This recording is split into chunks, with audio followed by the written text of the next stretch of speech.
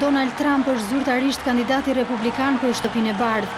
Në konventën e Cleveland në Ohio, ai siguroi votat e 1725 delegatëve nga 1237 që I nevojiteshin. Multimiliarderi u drejtua republikanëve me një fjalim nga kulla Trump në New York, ku deklaroi se këtë kandidim nuk do ta harrojë kurrë.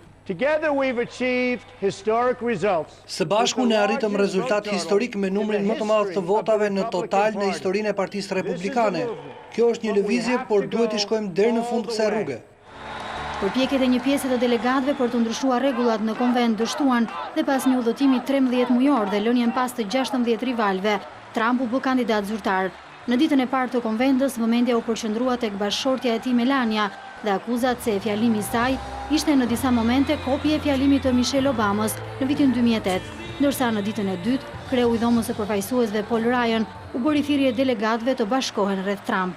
Ai do të pranojë kandidaturën ditën e njëjtë. Rivalja demokrate Hillary Clinton reagoi menjëherë në rrjetet sociale, ku kërkoi ndihmën e amerikanëve për të mos lejuar që Trump të hyjë në Shtëpinë e Bardhë.